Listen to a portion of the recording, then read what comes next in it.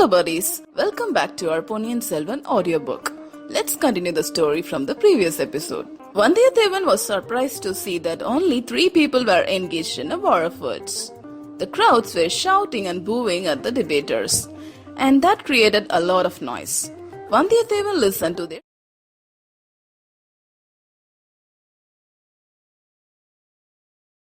Hello buddies, welcome back to our Ponniyin Selvan audiobook. Let's continue the story from the previous episode. Vandiyathevan was surprised to see that only 3 people were engaged in a war of words. The crowds were shouting and booing at the debaters, and that created a lot of noise. Vandiyathevan listened to their arguments. One man was wearing the Vaishnava religious symbols all over his body. He had a tuft of hair on his forehead. He appeared like a fanatic Vaishnava. He was armed with a short stick. He was short and plump and looked very strong. The second debater professed the religion of Shiva. He had smeared holy ash all over his body. The third was saffron-clad philosopher with a clean-shaven head. He was neither a Saiva nor a Vaishnava. He was an Advaitin, follower of Shankaracharya. The Saiva shouted at the Vaishnava, "Oh, Aazhvarkadiyan nambi, first answer my question. Didn't Vishnu and Brahma go in search of Shiva's feet and head respectively? And did they not take refuge in Shiva's feet after they failed in their mission? Didn't they concede that none could find the beginning or end of Lord Shiva? How the hell can you say that Vishnu is the greatest of the 3? Aazhvarkadiyan nambi waved his stick menacingly at his opponent as he spoke, "Oh Shivapata Dulipata, will you please stop that nonsense? Didn't your Shiva give a lot of boons to the 10-headed Ravana, the king of Lanka? Didn't all those boons go up in smoke before the mighty bow of our Lord Rama? How the hell can you say then that Shiva is the greatest of the lot?" The saffron-clad philosopher intervened with the sobering words, "Why are you wasting your time in these futile arguments? Even if you are arguing for hours on end, you can't decide whether Shiva is greater or Vishnu. Vedanta has answers for all your questions. So long as you are in the lowly path of devotion, these silly arguments will continue. Superior to the path of devotion is that of knowledge, and beyond that is Brahman. Once you attain that Brahmic state, there is neither Shiva nor Vishnu. Sarvam Brahmamayam Jagat. Whatever there is only Brahman." Sri Shankaracharya explains in his commentaries on Brahma Sutra. Aazhvarkadiyan did not let him finish. "Stop that crap, will you?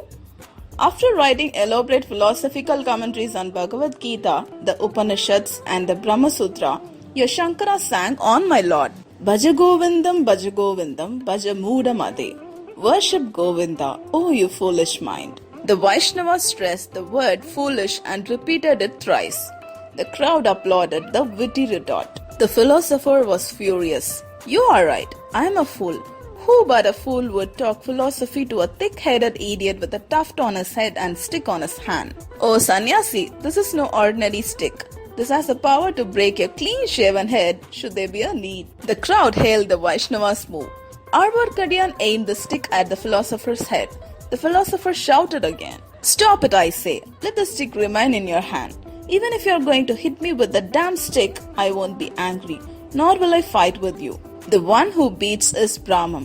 The one who is beaten is Brahman. If you beat me, you will only end up beating your own self. I beg all of you to bear witness to this beautiful sight. The Supreme Brahman is going to give a holy beating to the Supreme Brahman, since according to his philosophy, he is me and I am him. I am going to hit myself with the stick." Aazhvarkadiyan approached the philosopher with the raised stick. Vandiyathevan lost his cool.